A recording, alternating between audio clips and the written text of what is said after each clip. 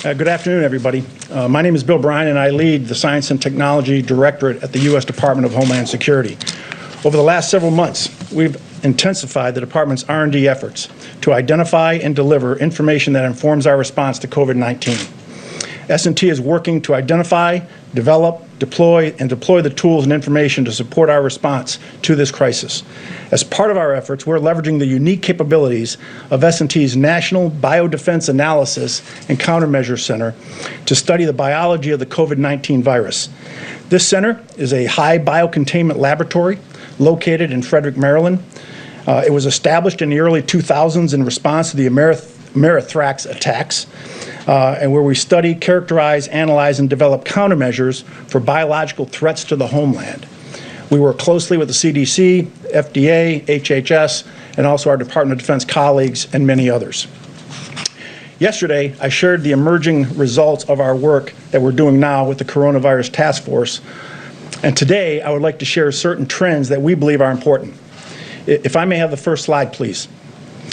And while that's coming up, our most striking observation to date is the powerful effect that solar light appears to have on killing the virus, both surfaces and in the air. We've seen a similar effect with both temperature and humidity as well, where increasing the temperature and humidity, or both, is generally less favorable to the virus. So let me illustrate with this first slide. If you look to the right, you'll see that term half-life with a bunch of time stamps on there.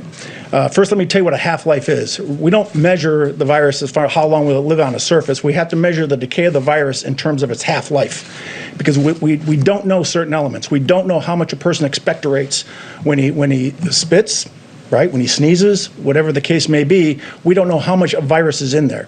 So that has a bearing on how long the virus is going to be alive and active. So we measure it in half-life, because half-life doesn't change.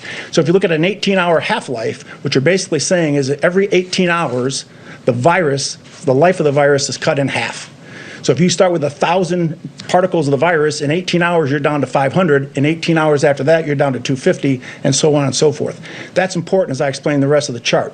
If you look at the first three lines, when you see the word surface, we're talking about non-porous surfaces, door handles, stainless steel.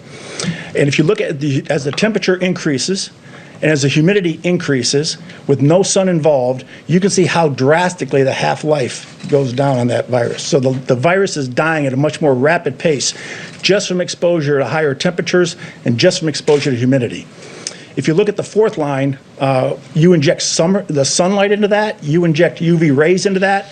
The same effects on line 2 at 70 to 75 degrees with 80% humidity on the surface, and look at line 4, but now you inject the sun, the half-life goes from 6 hours to 2 minutes.